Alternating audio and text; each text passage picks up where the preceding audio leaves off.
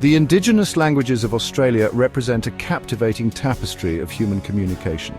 For decades, linguists have been intrigued by the possibility that these languages, despite their diversity, share a common ancestor. This ancestor, known as Proto-Australian, is believed to be the root from which the hundreds of languages spoken across the continent descended. This essay delves into the evidence supporting the Proto-Australian hypothesis, explores the language family's structure, and examines the mysteries surrounding its spread. The notion of a single ancestral language for Australian indigenous languages is a powerful one. It suggests a deep and interconnected linguistic history reaching back thousands of years. Understanding Proto-Australian, therefore, is not just about reconstructing an ancient language. It's about unraveling the story of the first Australians and their journey across the continent. The search for Proto-Australian has been a collaborative effort involving linguists, archaeologists, geneticists, and, most importantly, indigenous communities. By piecing together linguistic evidence, archaeological data, and genetic information, researchers are gradually shedding light on this ancient language and its legacy. The story of Proto-Australian is a testament to the enduring power of language. It reminds us that even languages separated by time and geography can share a common thread, connecting us to a shared past.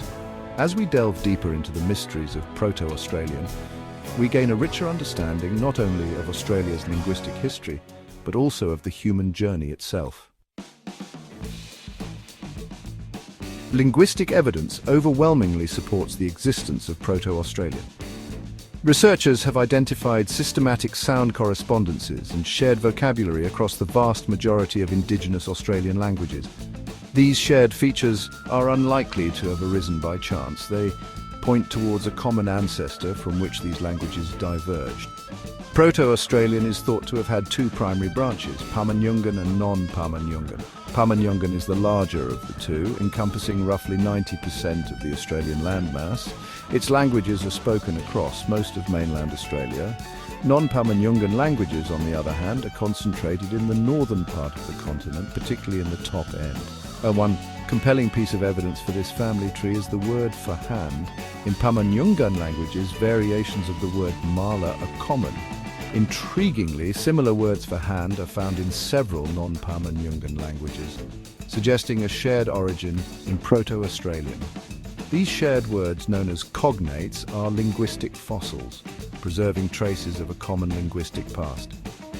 The geographical distribution of Pama-Nyungan and non-Pama-Nyungan languages is also telling.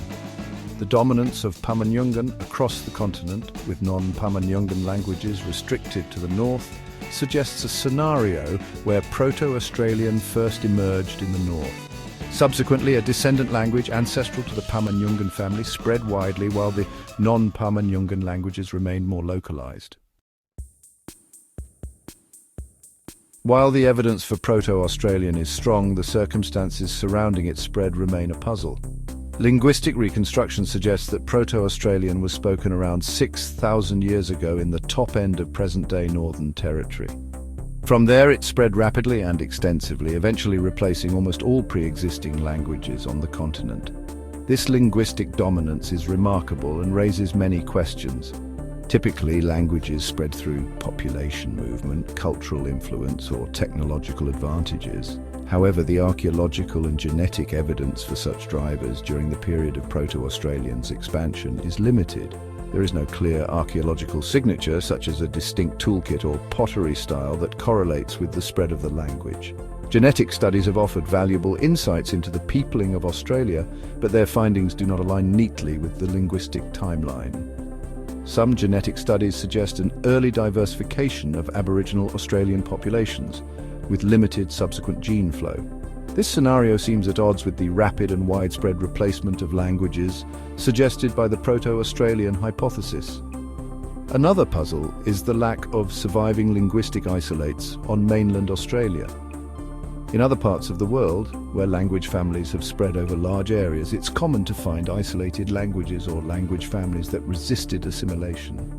These linguistic enclaves offer valuable windows into the past. However, in mainland Australia, there are no known languages that are definitively unrelated to Proto-Australian, suggesting a remarkably complete language replacement.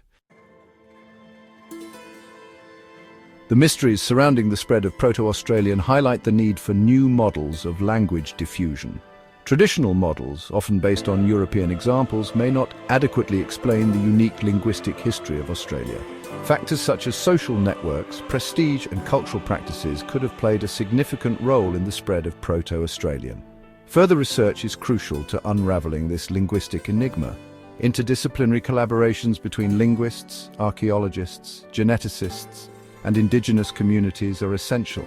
By combining linguistic analysis with archaeological data, genetic studies, and traditional knowledge, we can gain a more nuanced understanding of how Proto-Australian spread and the impact it had on the linguistic landscape of Australia.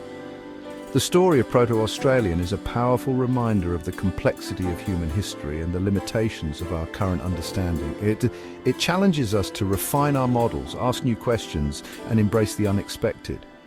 As we continue to delve into the mysteries of Proto-Australian, we not only deepen our knowledge of Australia's past, but also broaden our understanding of the human capacity for language, migration, and cultural change.